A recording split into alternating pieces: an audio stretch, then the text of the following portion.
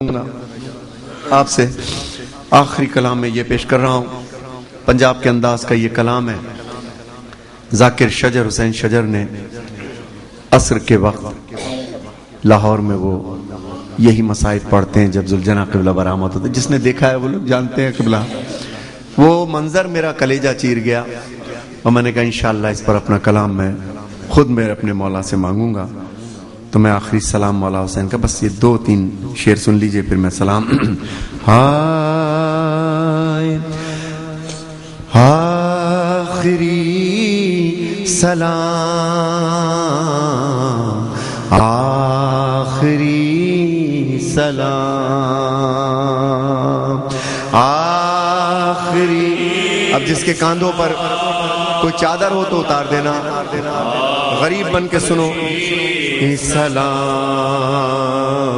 آخری سلام، اکھیاں مل مل زینب بیخ دیئے، نئی ویر پچھاڑیاں جاندہ ہے۔ آخری سلام۔ مولا حسین نے جو میں نے ابھی بتایا تھا کہ جو میں نے مولا کا کام کیا تھا تھوڑا سا نقل کی تھی ان کی۔ مولا حسین لباس غریبی کا پہن کے خیمے آیا تو شہزادی سکینہ کے سامنے گھٹنوں کے بل جب چہرہ سامنے ہوا تو کہا تم جاؤ کہاں اللہ جانے، کہ تم جاؤ کہاں اللہ جانے، اور مقتل میں رہے کس حال میں ہم اب خام میں بابا آئیں گے، اب خام میں بابا آئیں گے، پل شام کا وہ زندہ ہووے میری سکینہ، اس طرح نہ رو نہ میری بچی نا، اس طرح نہ رونا، کہ ہم جاتے ہیں ملنے بابا سے، کہ اب لوٹ کے ہم کو آنا نہیں، کچھ دیر لپٹ جا سینے سے، کہ پھر باپ کا سینہ ملنا نہیں، سو جانا جہاں پھوپھی کہہ، سو جانا جہاں پھوپھی کہہ دے، پل شام کا وہ زندہ ہووے میری سکینہ، اس طرح ہونا میری۔ ایک شعر میں نے کیسٹ میں نہیں پڑھا، وقت کی کمی سے میں یہاں پیش کر رہا ہوں، عجیب مصائب ہے، اس کے بعد ماتم۔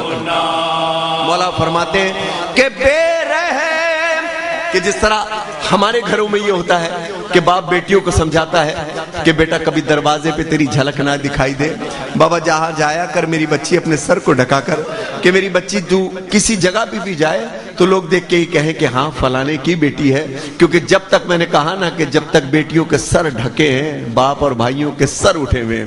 مولا یہ جانتے تھے کربلا میں کہ میرے بعد کیا ہونے والا ہے۔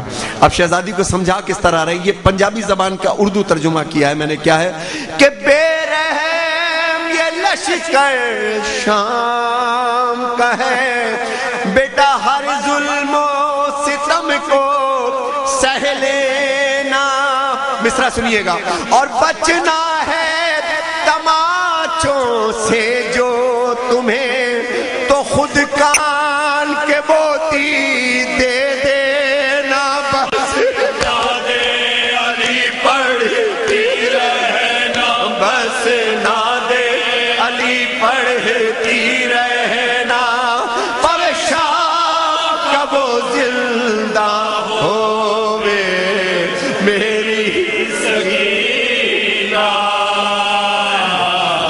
اس طرح نہ رونا سکینہ اس طرح نہ لشکر شام کا ہے بیٹا ہر ظلم و ستم کو. جو بیٹیوں والے ہیں ذرا تھوڑی دیر کے لیے آنکھ بند کر کے اپنی بیٹی کا چہرہ ذہن میں لے آنا بس. جس کو کبھی نہ رونا آتا ہو نا, جو کبھی نہ رونا آتا ہو, کبھی ایک ذاکر پنجاب والے نے پڑھا جس کو کبھی رونا نہ آتا ہو نا تو وہ علم کے سائے میں کوئی 4 یا 5 سال کی بچی کو دیکھ لیا کرو کبھی. یہ معصوم ہوتی ہے کہ بے رحم یہ لشکر شام کا ہے, ہاں بیٹا ہر ظلم و ستم کو سہ لینا اور بچنا ہے تماچوں سے جو تمہیں تو خود کال کے بہتی. ہائے غربت مولا حسین.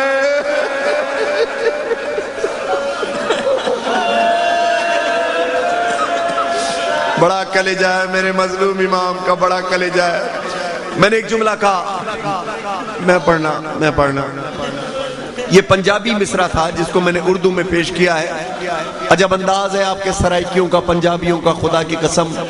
اکثر کیا بہت سے ایسی چیزیں آپ لوگوں نے پڑھ دی ہیں جس پہ اردو پہ کام نہیں ہوا اب تک.